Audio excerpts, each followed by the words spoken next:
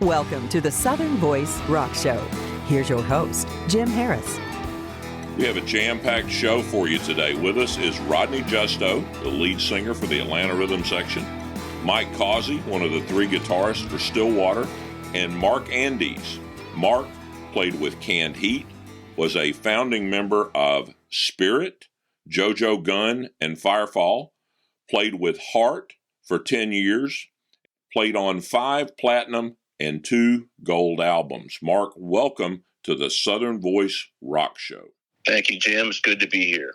With everything that you've done in rock and roll, it's difficult to find a place to start in a conversation. But if you don't mind, let's touch base on what you recall about the 1969 Atlanta International Pop Festival. 4th of July weekend, Alex Cooley put it on. You had some big names there. In addition to you guys, it was Led Zeppelin's first ever Southern Festival appearance. Joe Cocker, Blood, Sweat, and Tears, Creedence Clearwater, Janis Joplin, Chicago, Spirit. Star-studded. Take us back. It was held on a raceway, as I recall, and it was very hot. Our Spirit's set was in that late afternoon, and so we got the full brunt of the heat, which only made it more soulful because everybody was feeling the same thing, and that kind of sort of broke down the barriers, and people were really experiencing the music the way it had been intended to experience. We were so happy to be there, and I remember that Spirit had a good set, as I recall. For those listening, this also took place about a month before Woodstock. This was, a new concept, and some of the acts that appeared in Atlanta also appeared at Woodstock later. And then you guys came back and played the second year with Jimi Hendrix. Were you able to see many of the other bands' sets? I think we left right after our set for some reason, but we stuck around and were able to play the free show, the guilt-free free show that Alex put on at Wonderful Park. It was Spirit, Delaney Bonnie, and Chicago, as I recall. The memory is a little spotty these days, but man, and the Texas International Pop Festival we played as well. That was also Alex Cooley's. No. Yeah, what a promoter. But there's an old urban legend, maybe true, that Alex actually created the Monday free show in Piedmont Park because he was guilty about making a profit off of the weekend festival. Don't know if that's true or not, but that's always been the rumor.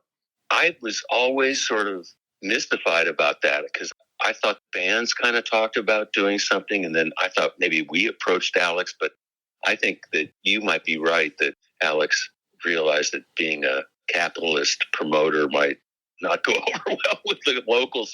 But that was the most fun because it was beautiful. It was an evening show, and all the bands were just happy to be there. And, of course, the main gig had been performed and was successful, so everybody had a good time at the free show. Well, that's awesome. Spirit finally came to a parting of the ways, and you and Jay Ferguson, I believe, started Jo Gunne. That's correct, yeah. Big hit single there, and of course Jay went on to have a couple of big hits as a solo artist, kind of mid-70s, I guess. Thunder Island, I think, was Jay's big hit off of that All Alone in the End Zone or something. I think that was his solo record.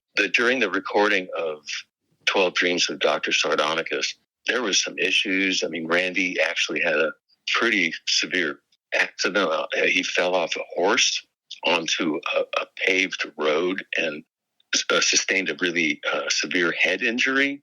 And he didn't really follow the doctor's orders and kind of was doing his usual self-medication. And you can imagine what that involved. In those days, yes. Yeah. And he just didn't come back right. And we were just finishing up 12 Dreams, and his behavior became erratic after that, I have to say. I loved Randy.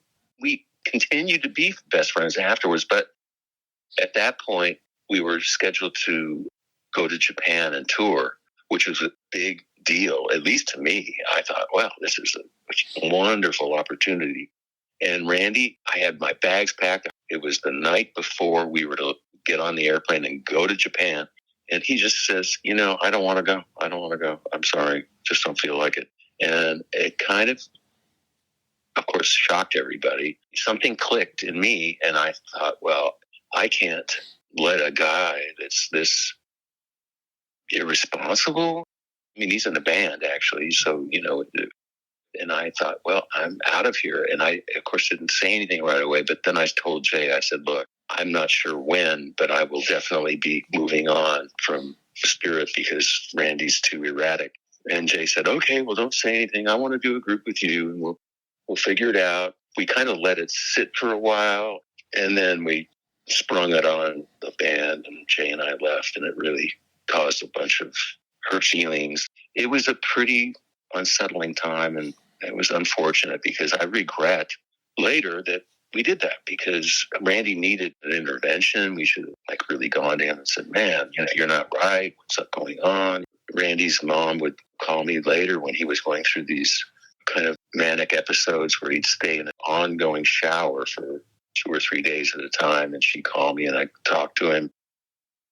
He was a wonderful guy and a very, very talented guy. For our listeners, if you don't know that, Randy in the conversation is Randy California, extremely talented. Yeah, the guitar guy. Jo Gunne was the next step, but that was a rather short step. I think one album. Well, that's a good question. And no, they went on to do more records. They fired me during the first tour. Towards the end of the first tour, Rapids, we were in South Dakota. Yeah, I'll never forget it. They just said, Danny Tucker, co-manager with Art Linson, who's now having extreme success with the Yellowstone production, came up and said, we're going to have to let you go, Mark. And I said, oh, really? And I said, okay, well, yeah. So I was fired from my own band. I mean, it was my band. We rehearsed at my house. And Matt and Curly lived at my house. It's disturbing to me that they would do that and never really explained it. I mean, we did a reunion called Big Chain. And I said, that was effed up then, and it's still effed up. And nobody offered an explanation. You had a bit of a sabbatical and then Firefall. As soon as this happened, I got back to Topanga Canyon, which is where we were living. And I just told Marge Dare, my landlord in Topanga, that I was moving. And we just kind of found our way. That's when I started doing music again. I was so burnt out. I was so hurt. My feelings were so hurt from the Spirit thing and the Jo Gunne thing. I mean, I was kind of going, oh, man. We put a band together called Navarro, and it started as a duo, Mark Hallman and Richard Ruster. I was the third guy to be added, and by the time we bought the house in South Beaver Creek, we had a whole family band, and they were all living there. You might say we were hippies, Jim. Chris Hillman was a neighbor. He and I sparked up our relationship. We'd been friendly in Hollywood back in those days. But when I realized he was my neighbor, we really kind of got pretty tight. And he sold his house to Dan Fogelberg. So there was this whole little unit kind of materializing. As time went on, we moved to Boulder, that we kind of stepped out of the Navarro family band, and they went on to do great things. They wound up playing with Carole King and had many wonderful records on their own. And I moved to Boulder and started playing in Chris Hillman's band. And that's important because Rick Robert and Jock Bartley were also playing with Chris. And Rick was in the Burrito Brothers. At one point, Jock and Rick asked me if I would come over to Rick's place and listen to some songs and maybe be involved in his next solo recording. But when I got there and we started to play his songs, we realized that this could be a group if we really wanted to go that direction. And so as things wound down with the Chris Hillman band, which did some really good work, we started to work on what would become the Firefall band. And what a great band. A good band, man, I'll tell you. Wonderful thing about Firefall is I believe the entire library is available digitally. Is that correct? Yes. Not like one of the albums from the 70s and 80s that you can't find anywhere except eBay. So this one you can get on iTunes. How many albums did you do with Firefall? I think if you include, a live record, maybe 5. Firefall, Lunacy, I think was the second one. But I was there for all of the original group recordings. How did Firefall lead to your gig with Wilson Sisters and Heart. The sad thing about Firefall is there was this kind of self-destructive component. Of course, everybody was doing drugs, and we'd been doing drugs for decades by that point. We were capable of very, very good shows. And sometimes Rick couldn't sing. I mean, just flat out couldn't sing because he would have a good show and he would get all wound up and talk all night and be unable to sing for the next show. So we had done some shows opening for Heart, and Ken Kinnear was their manager at that point. He expressed interest in managing the Firefall band, and I remember we played a show in Seattle, which is where Heart was based at that point, and Ken Kinnear, his office was there, and he pitched the band for management, and I voiced my support of that. And when that kind of looked like it was good to go, I said, all right, I've got some news. I said, I'm done. I can't do this, and I'll see you guys later. And I left and never looked back. I took myself and my family, which was now 4 of us, my new little born son and my stepdaughter and the wife, and we moved back to California. So what I would say to your direct question, what did Firefall do to create this environment for me to even be receptive to joining Heart, was to be really, really dysfunctional is what they did. How would you describe your time in Heart? Well, it was fun. It was a difficult thing to negotiate.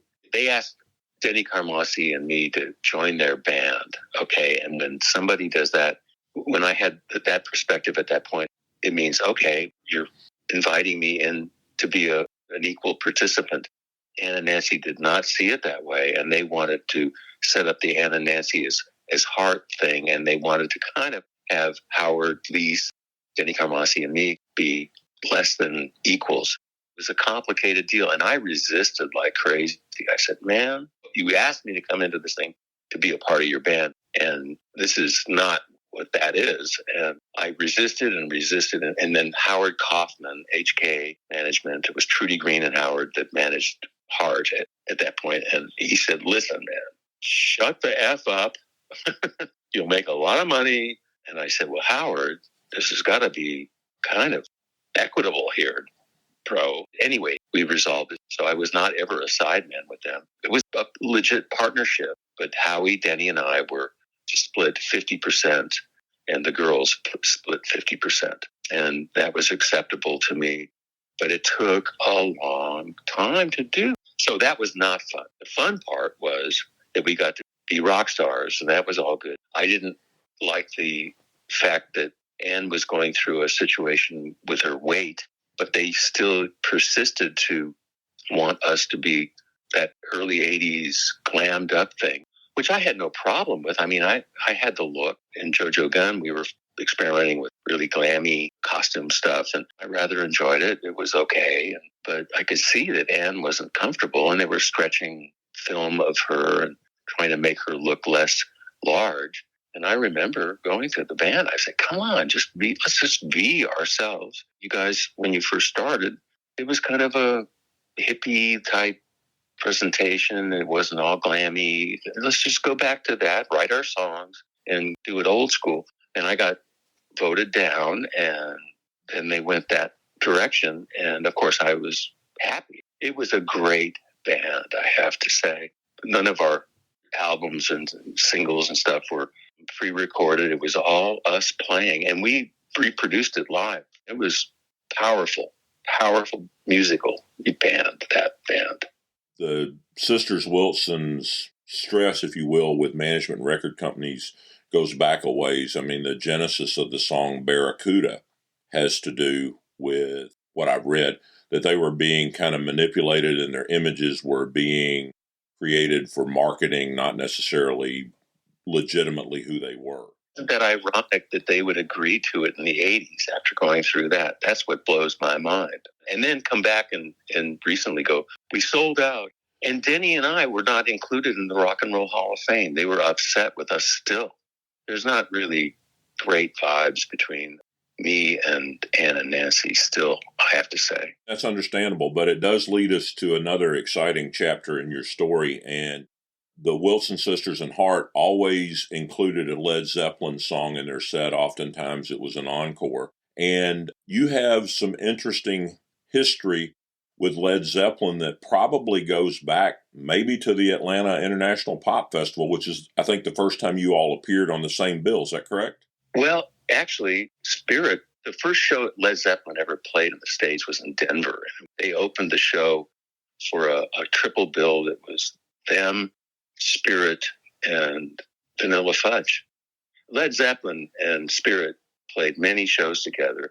And of course, they heard I Know Where You're Going, and the song that we're going to talk about is Taurus. We played that. There are live recordings of Led Zeppelin doing sound check jams to Fresh Garbage. I got asked to do an interview, and a guy came here and he showed me this great book. It's called Get the Lead Out by Denny Somak. The opening acoustic guitar lines to Stairway to Heaven, obviously very, very famous, are very similar to an acoustic part that Randy California wrote for the Spirit song Taurus. And this copyright infringement allegation ended up being a rather protracted court case.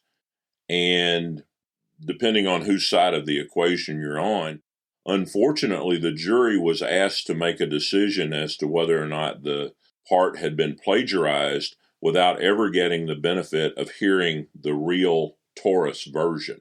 So this guy comes from Bloomberg News, is where he was from. He comes here and he says, I want to do an interview and I want to discuss this stuff. And I said, fair enough, let's go.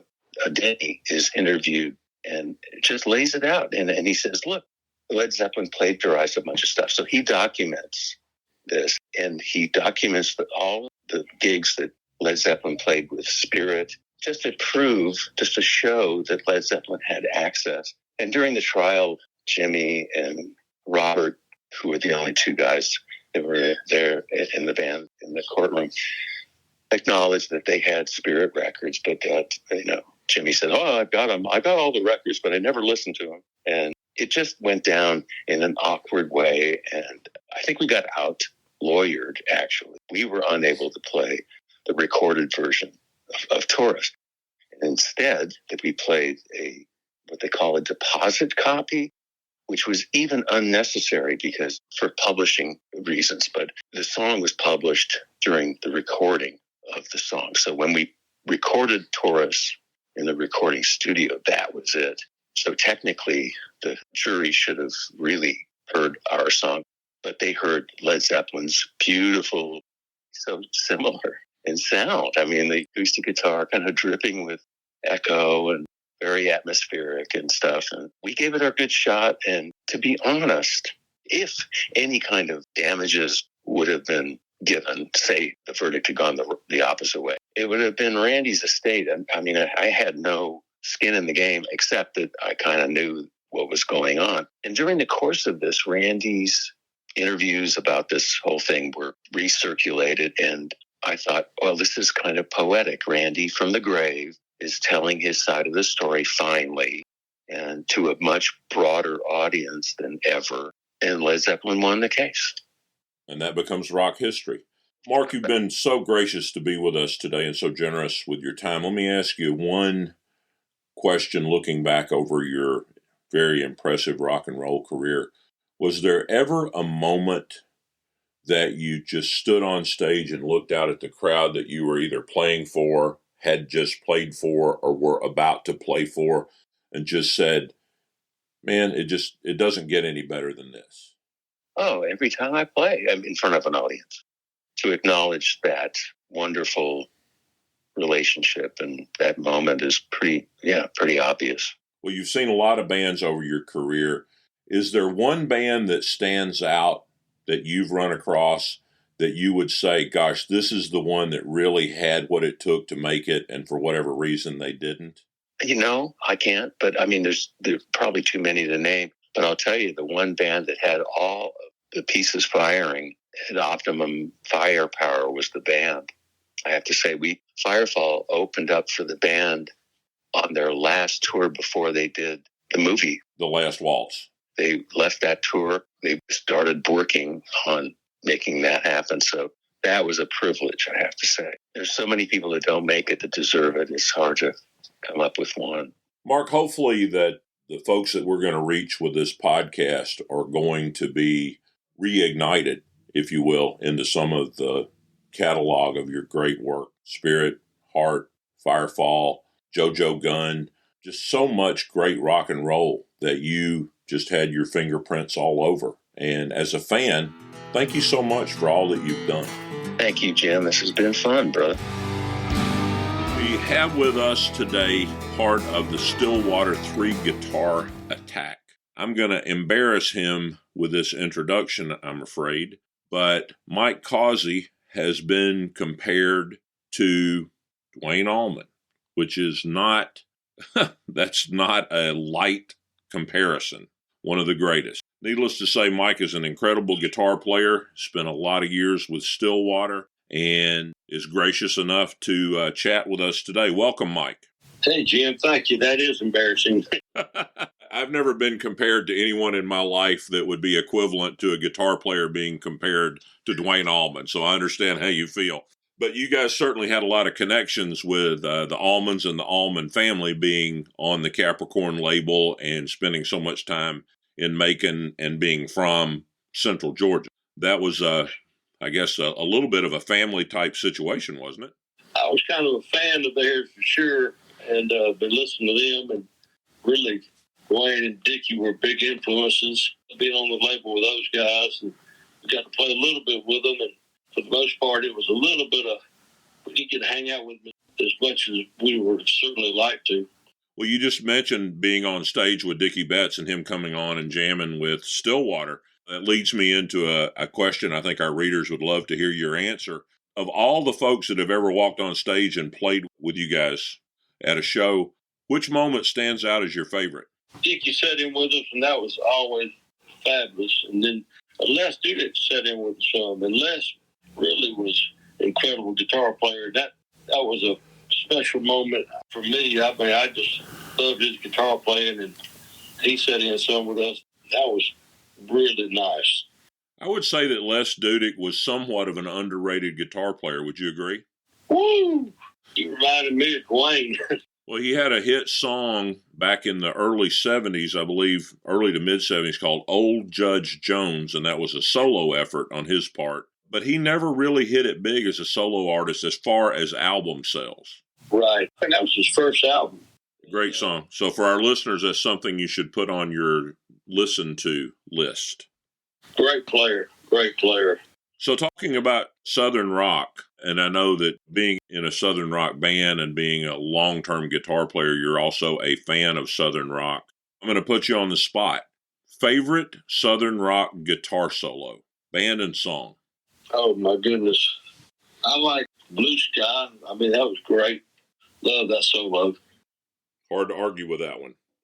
Cross Bear, like that. The solos in that as well. Of course, I mean, it's hard, Sagebird Blues, that's hard.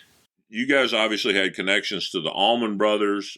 You shared a stage with the Atlanta Rhythm section that J.R. Cobb and Barry Bailey are certainly incredible guitar players. You guys had some support gigs with a lot of them, actually, I think, with the Outlaws, which incredible guitar players, and Frank Marino and Mahogany Rush, who also not a second-tier guitar player at all. You really had an opportunity to see a lot of great guitar players up close and personal. Oh, yeah. And, Barry Bailey, I love Barry Bailey's playing, I tell you, with the Atlanta Rhythm section. I'm a big fan of his, too. Mike, what kind of guitar did you play on most of the Stillwater recordings? Was there one that was on most of the songs, or were you alternating from song to song? Had a Les Paul I was playing on most of those recordings, Jim, and I also had a Strat I picked up back then. I don't have that anymore. I sold it, but it was a 66 Fender Strat. I used that on a couple of songs, Out on Limb, and just some different songs. I'm guessing that's one you'd like to have back. Yeah, I had it for a little while back then and just sold it, and then later on you kind of wish, I felt kind of like to have that one back. It was nice. You also contributed some songs, co-wrote and appeared on some other artist albums. Tell us a little bit about that. Mama Hatchie did one of our songs called Big Payback and Rhythm Section. I don't think I have any credits on that. Rob did on one song. What about anything that happened in Studio One that stands out as far as a memory? Charlie Daniels, and they came in, they recorded a song, Dickie Betts and all of them, and that was kind of neat. And like I say, it was Studio One was just such a neat place to record, and all the history there with the rhythm section and everything. We really just enjoyed being there, and being with Buddy and Tad, just working with everybody. It was wonderful. Do I remember correctly that you had a story? You were having a problem with a piece of equipment, actually one of your guitars, and it needed to go for repair. This was in the days before repairs being so available in so many different places. So you were going to have to send it off, and Charlie Daniels himself offered you his new Les Paul. Is that correct? Yes, he did. I talked to Tommy about it. Tommy talked to Charlie about sending it back to Gibson, and Charlie offered me to let me use his Les Paul that Gibson had just made for him. And I went down to the hall early one day, and if they got it out, the guys got it out. I started playing it a little bit, and I kind of looked at them and went, no way. I just said, I'll lose it. Something happened to it. It'll get knocked over. Somebody might take it. Just like, nah. I mean, but what a gesture. I made him a new Les Paul and giving it to him. He was willing to loan that out. I was like, good night. I was just really impressed with that. I tell you, that was something else. He's a great man. They were just great guys. They really looked after us and were kind to us when we played with them. And you guys paired up with them on a lot of dates, right? We did a run with them out to California and up to Oregon. And Mike, how was opening for the Outlaws? we played with them. That was up in Chicago. Those guys are just great players. My gosh. It's just thrilled to be playing with all of them. Well, there's a lot of good music that came out of your part of the world. Yeah, well, I tell you what, I don't know if it had to do with the Air Force Base or what, but there's a lot of talent around here. Well, Mike, the last thing, and I'll let you get on about your day, but we've had a lot of people in response to your article that have made comments or sent us messages and whatever. And a common question, what about a reunion show from these guys? How hard would we have to work on you to get you to say yes? Well, that'd be interesting. We haven't played in a while, but we were doing reunions every year for a long time. And just with COVID hitting everything, it got a little bit strange after all that. We need to get back and try to play. Well, I know you guys are blessed that other than Bob Spearman that you all unfortunately lost about 20 years ago, you've still got 6 guys that are still out and about. So I think you guys could really put a great performance together. Whenever we've played in the past, luckily it's been good, for the most part. Most of the time we play, it's everybody steps up. It's always worked out really well. I think there are always some surprise guests as well. So hopefully if a reunion gets put together, that the tradition of surprise guests will continue. We've been blessed. Some folks coming out playing with the Silvers. That was a blessing. And maybe if we play again, that'll happen. Mike, well, I'm going to thank you for being here and for being a guest on the Southern Voice Rock Show and for all your help in putting an article together that I really enjoyed writing. We're going to say goodbye for now to Mike, and we will keep you all posted about an upcoming reunion. We are so excited to have the co-founder and frontman of the Atlanta Rhythm section, Rodney Justo, with us today. Rodney, welcome to the Southern Voice Rock Show. Well, thank you for having me. It's always nice for someone to hear what I want to say. Well, I want to jump right in with something you mentioned yesterday. You guys just got back from a 4-night gig in Park City, Utah. Tell us about that. 4 nights in Park City. I mean, Southern rock, that's a long way from the South, and 4 nights in a row, that kind of proves the point that Southern rock and classic rock still have a demand. Well, it's a funny thing. When I see younger people at our show, I say, what the hell are you doing here? Because let's face it, our audience is pretty much an older crowd. But when I see young people, first of all, they really enjoy the show. I say that in all modesty, believe me. It's not my nature to brag. but they enjoy the show because it's good. You know what I mean? And they usually tell me, I was brought up on classic rock. My parents and me, we don't listen to the current music. And that's more common than you would think. If they come, they enjoy themselves.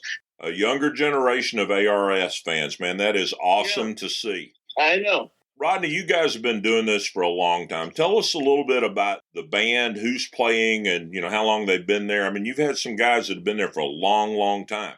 Yes. Hey, listen, I don't think any of us had any idea that we're almost starting into our 54th year, that we'd be doing that this long. The only one who really works all those days was Dean Daughtry. Dean Daughtry went almost 50 years without missing a date. So you got Steve Stubbs, who's been there over 40 years. Justin Senker, the bass player, has been there probably close to 30 years. David Anderson, keyboard player, I've been back 12. I would say he's 16, 17 years. When somebody goes to see the Atlanta Rhythm section, they are seeing seasoned musicians that are the Atlanta Rhythm section. Exactly. Let's talk about the shows now. And again, I know that they all vary in length depending on the configuration of the band and the lineup. But what's a typical set list for today's Atlanta Rhythm section shows? What songs are the fans going to get to hear? Well, it depends, as you alluded, amount of the show. But you got to remember, we have enough songs that we can change our set every night, depending on what the audience is. For example, if I'm doing an outdoor show, if we're part of the, Leonard Skinner goodbye tour they're doing, we're not going to do it or die. We're going to do our rock set. There's certain songs you got to hear. Song to You, Imaginary Lover, Spooky, Not Gonna Let It Bother Me Tonight, Champagne Jam. There are 7 hits, let's say, that we have to do those. And then we'll add, whether it be Homesick, Jukin, Angel, whether it be Back Against the Wall, we'll add to the show. Rodney, what's the best way for ARS fans to keep up with news about the band and your tour schedule?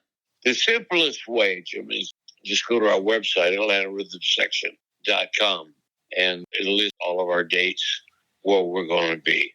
Are you adding any more shows this year, or is what's on the calendar pretty much going to be it? We're always going to add shows, hopefully. The goal for us has always been to work about 50 dates a year. 50 dates takes at least 100 days because you got to get there and back. You guys draw a big crowd everywhere you play. You watch the reviews online of people that have been to your shows, and you guys are doing what you love, but you're also doing what the people love. You owe it to people that are spending their money to come see you. You have an obligation to people to be professional, show up on time, play the songs with integrity, be entertaining. I like to talk to you, but I'm not one for talking on stage, but I do it. We're very intent on playing the songs the way they're supposed to be played. And you guys do it so well. As a fan, I just want to say thank you for continuing to do it and for planning to keep doing it. We very much appreciate it. Well, thank you. Anybody comes to see us, I promise that we don't leave anything in the dressing room. That's the best way I can put it. We give it everything all the time. To steal a line from a great ARS song, give it everything you got just one more time. Right? Yeah, right. Exactly. Well, I think that's a perfect way to end up, Rodney. Thank you so much for being so generous with your time and for being with us. Thank you very much. I'm very flattered you would ask me to. So best of luck to you with your show, and I think you'll do very well. Our hidden gem for this episode is from 1983, a band called Cobra, an album called First Strike. It's available on iTunes, features a lead singer named Jimmy Jamison that went on to have some major hits with the band Survivor. Check it out, and we'll look forward to seeing you back here for our next episode on the Southern Voice Rock Show. Thanks for listening.